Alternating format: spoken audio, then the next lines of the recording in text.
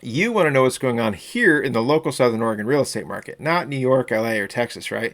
It's local and current information that's most relevant to you. It'll help you make the best decisions about buying or selling in Southern Oregon. And that's exactly what you're going to get on this video right here. Just this week, we saw a historic real estate record broken, and something I would normally be really excited to share with you, but in this particular case, because of this particular record, I'm really not that excited about it. But I'm going to share it with you anyways, and you're going to be able to decide whether or not it's good news or bad news. So stick around for a few minutes, and I'm going to tell you about that in just a moment.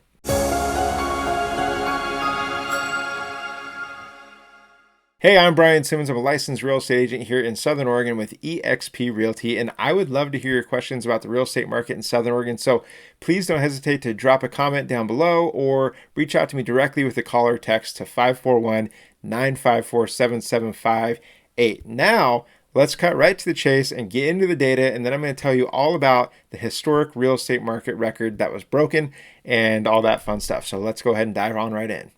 So the data for last week, we're going to look at Jackson and Josephine counties, single-family residential homes. And as of this morning, which is August 23rd, we have 1,099 homes on the market this morning. And again, that's single-family residential between Jackson and Josephine counties. Over the last week, we saw 104 new listings hit the market, 100 price changes, 35 listings came back on the market.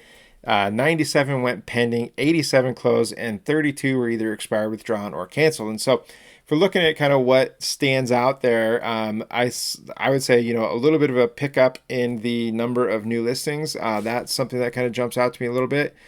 Slightly above average. The last, 4 weeks we averaged 98, and so we're a little bit above that, up to 104, but not really anything significant, just a slight uptick.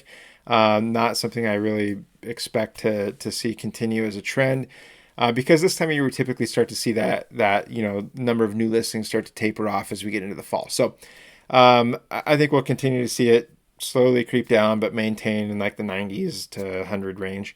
Price changes, nothing really crazy there, nothing really different. Pretty stable on the pending side of things. We're 98 last week, 97 this week. And it's kind of fluctuated right in there, 117 before that, 99 before that, and it's been kind of right in that ballpark. So good pending activity, I would say, despite the rates. And that's kind of been the story we've talked about for quite some time now, is pending activities pretty stable, which is great. So love seeing that. And then, the closed activity is also pretty stable. So 87, the week before it was 80, the week before it was 67, the week before it was 107. So that's actually, I don't know if I'd call that stable. It's been kind of fluctuating, but it's really based on what happened on the pending side of things, 4 to 6 weeks earlier. So anyways, that's no big surprises there on the closed side of things. So anyways, that's what I'm seeing with the data. Hopefully that's helpful to you. But now let's talk directly about the main topic of the day, which is the historic real estate record broken, and what that is. And so if you're paying any sort of attention at all to the news, you know probably that mortgage rates are at a 20 plus year high, and that they are just breaking records for the 2000s, for this millennium. We're at the highest we've ever been, or maybe not. So I'm going to show you the actual data there. So hang with me for just 1 second. I'm going to share my screen with you. Okay, so this is one of the sites I like to check out when I'm trying to figure out what's going on with mortgage rates, because they're pretty up to date. And so you can see here they're showing August 22nd, which is yesterday. Rates were at 7.49%. And so let's just go ahead and round that up to 7.5%. And historically, this only goes back as far as 2009. So we are at a high for all the way back to 2009. But that's not really enough history to tell us the full story about the historic real estate record broken. And that is what we're going to look at this chart for. And this is directly from the Fed. And so if you look at their data, it's a little bit lagging in that it only goes to August 17th. And it shows 7.09. This line right here, this little gray line, you can see over here that is 7.5%. So if we follow this line, and then that's where we're at today, like I just showed you. So follow this line all the way back, and it goes all the way back to here, which is December of 2000 before we were, that were the last time we were at 7.5%. So we are at a 23-year high in mortgage rates as of this week. And that is why I'm not really that excited about it. So that is a broken record in terms of mortgage rates in the last 23 years, but not a broken record that we should be excited about or proud of. But it just kind of is what it is.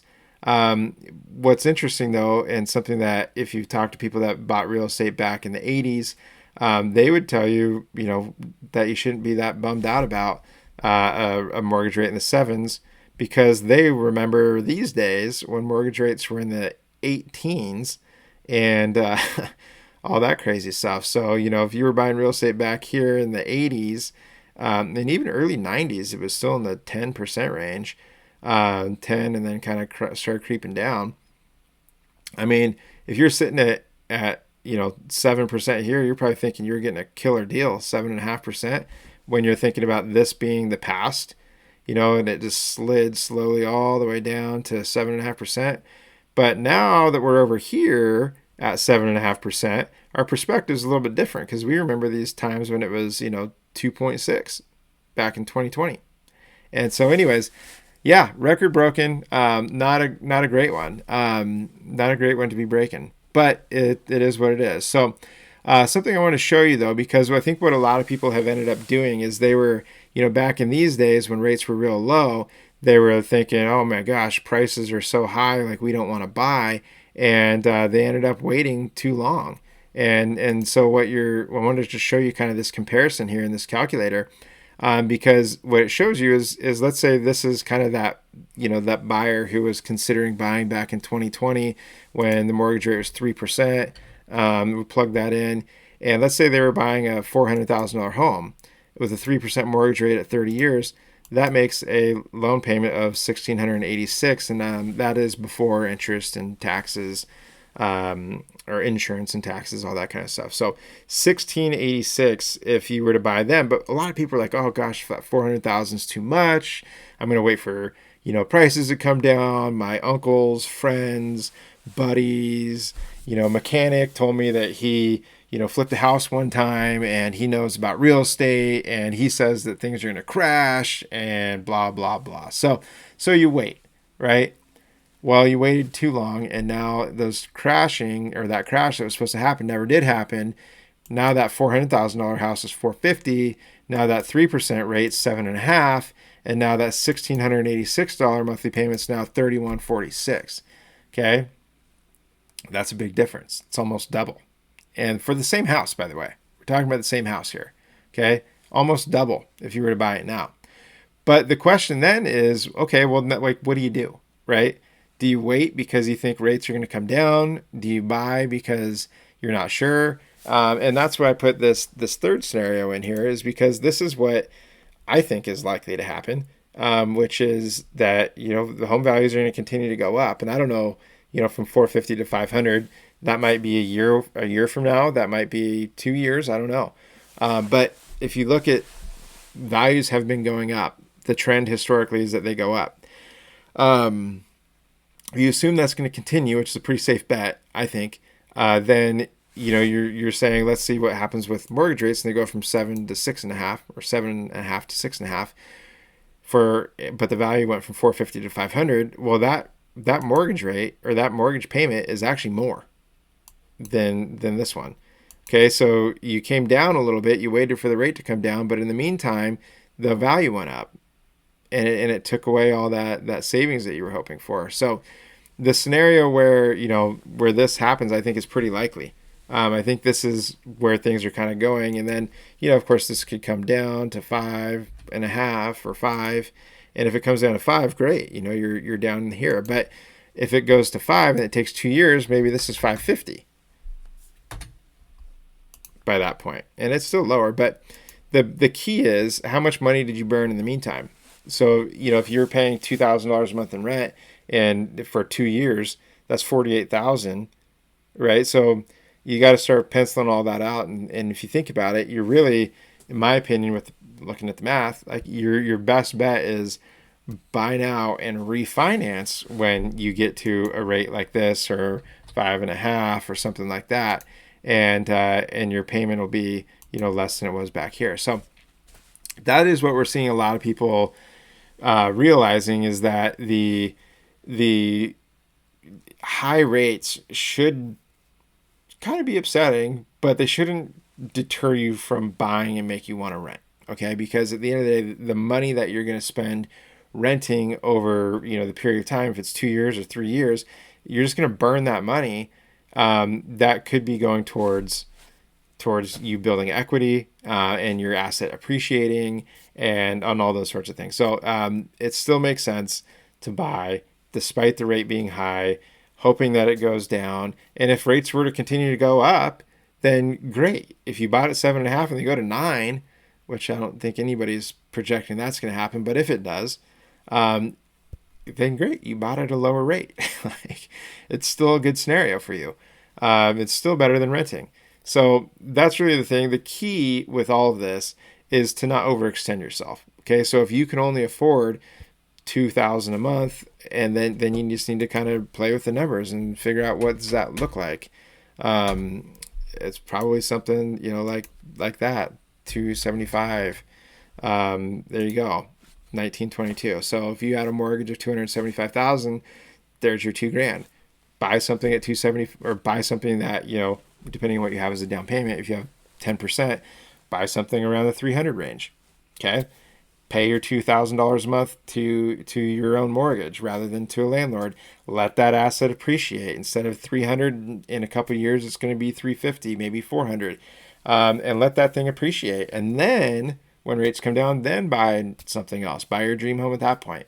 You'll be way, way better off with the appreciation of the asset, with the equity that you're building by paying down your mortgage and all that stuff. So buying is still a smart move. That's the moral of the story here.